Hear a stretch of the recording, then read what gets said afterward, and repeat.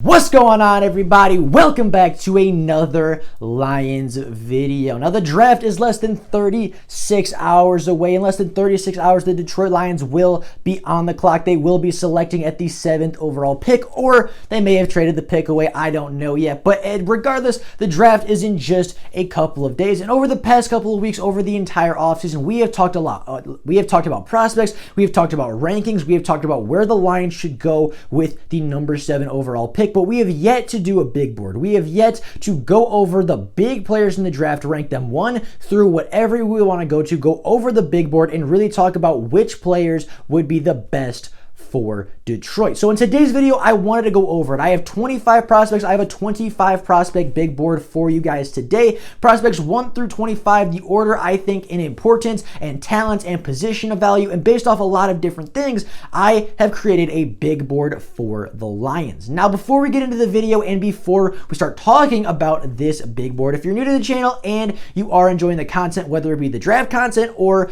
the Detroit Lions content we do here, please consider liking the video and subscribe to the channel. It takes just 2 seconds out of your day to do so. It's quick, free, and easy, and you would be helping the channel out more than you could possibly know. So if you could do that, take those 2 seconds to like and subscribe. I'd be greatly appreciative. But with all that being said, and without any further ado, let's get into the Detroit Lions big board just mere days before the NFL draft.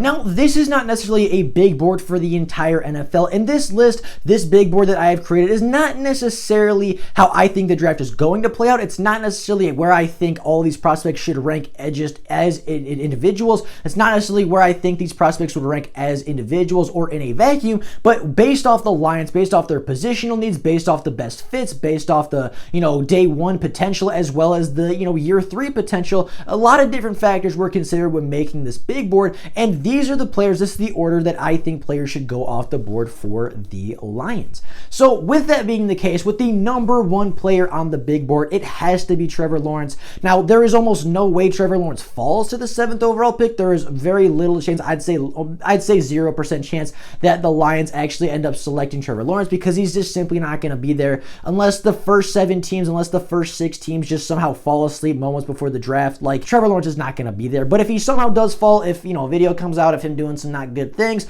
if for some reason on draft night there's some big controversial thing that he falls to 7, he is simply the best player in the class. He is the best player, and if somehow the Lions were to get him, they would be set up for a ton of future success. Same thing with Zach Wilson. Zach Wilson, I think, is a really good quarterback. I think he's just a step behind Trevor Lawrence. I actually think he has more potential than Trevor Lawrence does right now, and some people actually have Zach Wilson ranked as the number 1 quarterback in the class. Again, very similarly, there's almost no way Zach Wilson falls to number 7. However, if he were to somehow fall, if something were to happen, if the Jets and the 49ers and the Falcons and the Bengals and the Dolphins all fell asleep for some reason, then you might be able to get Zach Wilson. But other than that, you're not going to get him. But if he ends up falling, you got to take him because he is simply that good. Now, the 3rd player on my big board is Penei Sewell, the offensive tackle out of Oregon. Again, he's the top offensive line prospect in the NFL draft. He is one of the best offensive line prospects to ever come out. He is my favorite offensive prospect in this draft. He is my favorite guy in this draft, and he is the guy that I want the Lions to draft more than anybody. He's been practicing at right tackle, practicing at left tackle. He can play really any position you even play on the line.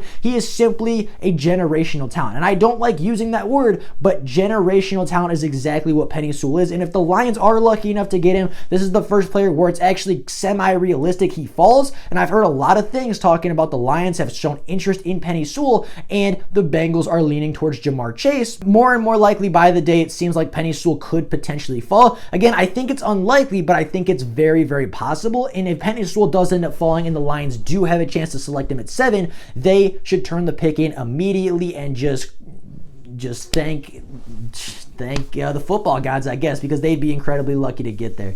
Now, the fourth player on my big board is actually Rashawn Slater, the offensive tackle out of Northwestern. I think he is just a step behind Penei Sewell. I think he is just that one step behind of where Penei Sewell is. However, both of them are very good athletes. Both of them have good size. Both of them are, really, really good tackles. Are both technically sound, are both right at the top of this NFL draft class when it comes to offensive tackles. Now, some people like Rashawn Slater a little better than Sewell. I'm not that person. I'm not a guy that likes Slater quite as much. However, I do think Slater would be a really good player. I think he'd be a plug-and-play guy day one, an all-pro kind of a talent. I think he'd be a guy that for, 10, 15 years could anchor the right side of your offensive line. And maybe one day, if Taylor Decker does eventually move on, you could even move Rashawn Slater over to the left tackle to protect the quarterback's blind spot as well. Now, my fifth prospect, my fifth guy on the big board today is actually Kyle Pitts, the tight end out of Florida. Kyle Pitts, to me, is the most dangerous weapon in this class. He can do more than any wide receiver. He is technically a tight end. However, to me, he's more of just an offensive weapon. He can block better than just about any wide receiver in this class. He's bigger than just about every wide receiver in this class. He runs in the 4.4s, which is just about better than a lot of wide receivers. Like, that's better than the average wide receiver would run in the NFL. Like, he's big, he's fast, he's strong, he high points the ball, he can block better. Him and Hockenson would be an absolute nightmare. And although I don't necessarily want the Lions to take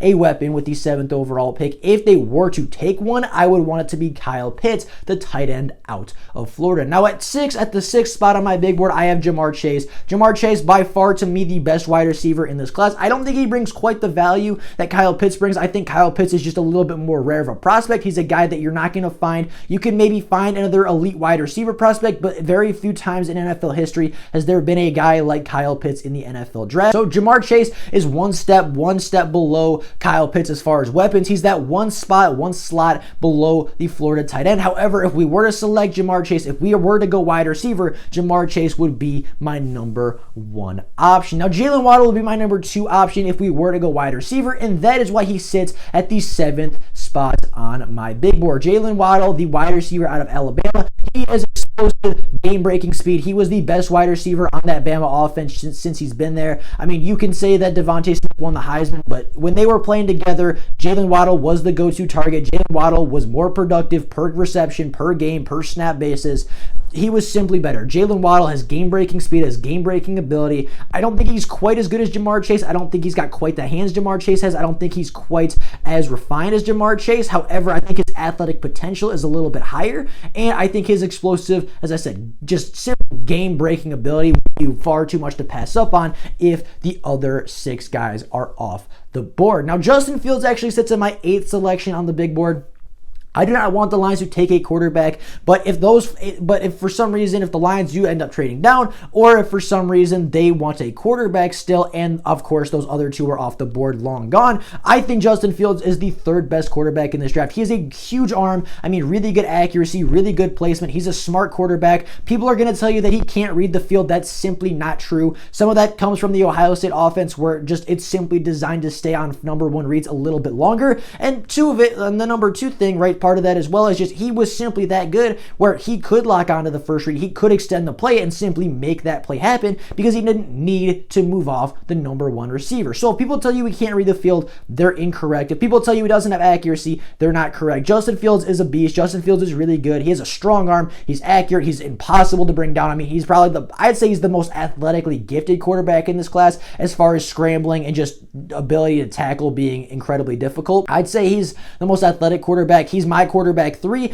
and if the Lions were to take a quarterback, I would not be mad at Justin Fields. However, he's simply not the best. He's simply, to me, not the biggest need, nor the best player available at 7. Now, of course, not all of these players are going to be there at 7. Not all of these players, well, most of these players will be there at 7, but just because they're on the list doesn't necessarily mean we should take them at 7. Some of these are like if we were to trade down, right? If we were to trade down to 15, then the big board expands a little bit more. So I went down to 25 because I don't see the Lions trading past the 25th pick. So that is kind of where I capped it at 25. But just so you guys know, getting into like the teens, the 20s, like of course, a lot of these guys are going to be available, but if we were to trade down, this is the rest of my big board throughout most of the first round. So moving on to the 9th player on the big board, I have Devontae Smith. He does slot here at the 9th spot on my big board, the 2nd wide receiver out of Alabama. I mean, he's the Heisman Trophy winner for a reason. He is a really good wide receiver. I have a little bit of concern about his size. He's a little slim, a little slender, a little undersized for wide receiver. receiver. Not that I think he's going to be bad. I think that DeVonta Smith is going to be a really good wide receiver in the NFL. I think he's going to be incredibly productive. However, he is my wide receiver 3, and if we were to take one of the top 3 weapons, he would be the last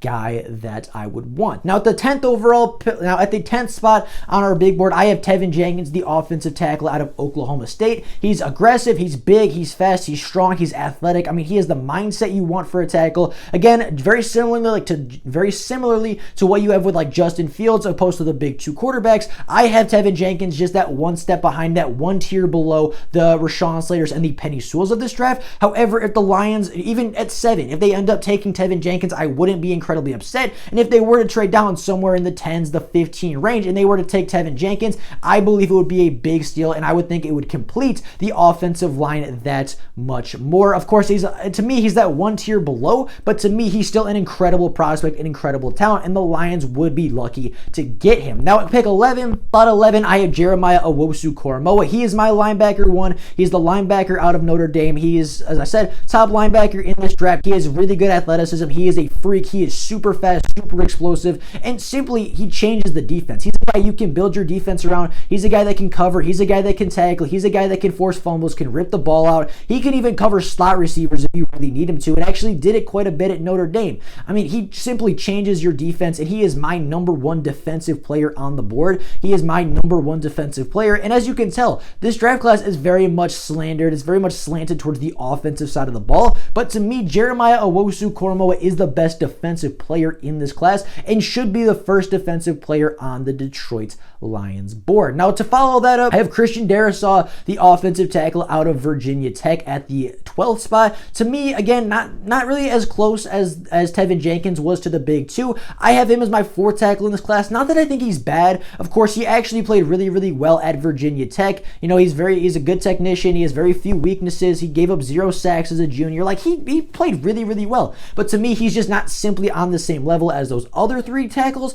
However, if those 3 were gone, if the Lions were to trade down a little later in the class and Christian Darrisaw was the only big-time tackle left, I would not have a problem taking him at all. Now, at the 13th spot on our big board, I do actually have J.C. Horn, the cornerback out of South Carolina. Now, he is the most athletic cornerback out of the big 3. When you're talking about the big 3 cornerbacks in this draft, you have J.C. Horn, you have Patrick Surtain, and you have Caleb Farley. He is, according to RAS scores, the most athletic of those big 3, and he is by far the most battle-tested and the most ready for the NFL. If you look at his schedule, if you look at the wide receiver he played in college, it is just an absolute gauntlet. It gets him ready for Sundays. In my opinion, he's the most battle-tested. In my opinion, he's the most prepared for the NFL, and as I said, that athletic prowess, that athletic potential doesn't hurt him at all. Now, cornerback is not a spot I'd like to see the Lions go in the NFL draft. However, if you're sitting there and those first 12 guys are gone, if you're sitting there late, middle of the first round and those 12 guys are gone, and J.C. Horn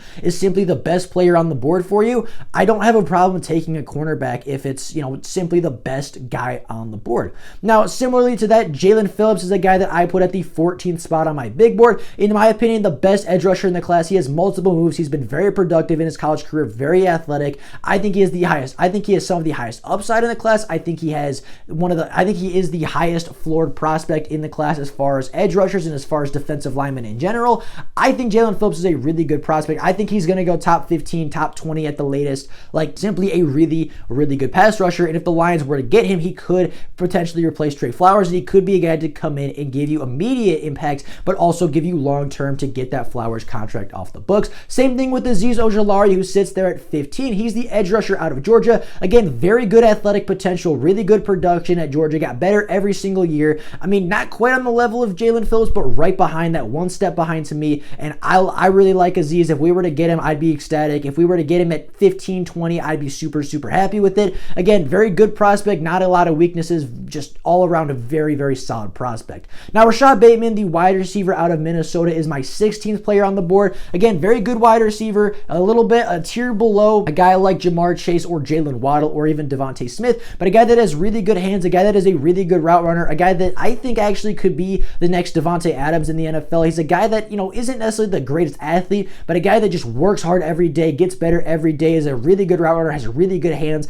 Like, I think he can be and potentially develop into the next Davante Adams. However, he is a little bit below some of these other prospects. Now, with the 17th spot on the big board, this is where I have Micah Parsons. Micah Parsons, to me, is arguably the most athletically gifted linebacker in the class. To me, he is arguably the linebacker with the highest ceiling. However, he is a big flight risk. He is a guy that, could get in trouble off the field. He is a guy that has had some question marks with his personality, and is a guy that, even skill set based, isn't necessarily the greatest in coverage and could be just the next Jared Davis. However, I think his athletic potential is too much to pass up on at this point. At the 17th player on the big board, he has all the tools, has all the skills to develop into a top linebacker. It's just a matter of who gets a hold of him, what coach gets to coach him up, and what coach gets to help develop the Penn State product. Now, Trey Lance is at 18. This may surprise some people, but I'm just not high on Trey Lance. Like, people tell me all the time he's a great quarterback, he's higher than Justin Fields. I don't see it. I get the potential part of it. I know he has a big arm. I've seen him make some really, really impressive throws, but to me, I've seen ball placement issues. I've seen awareness issues. I've seen things where he leaves the pocket a little early at times.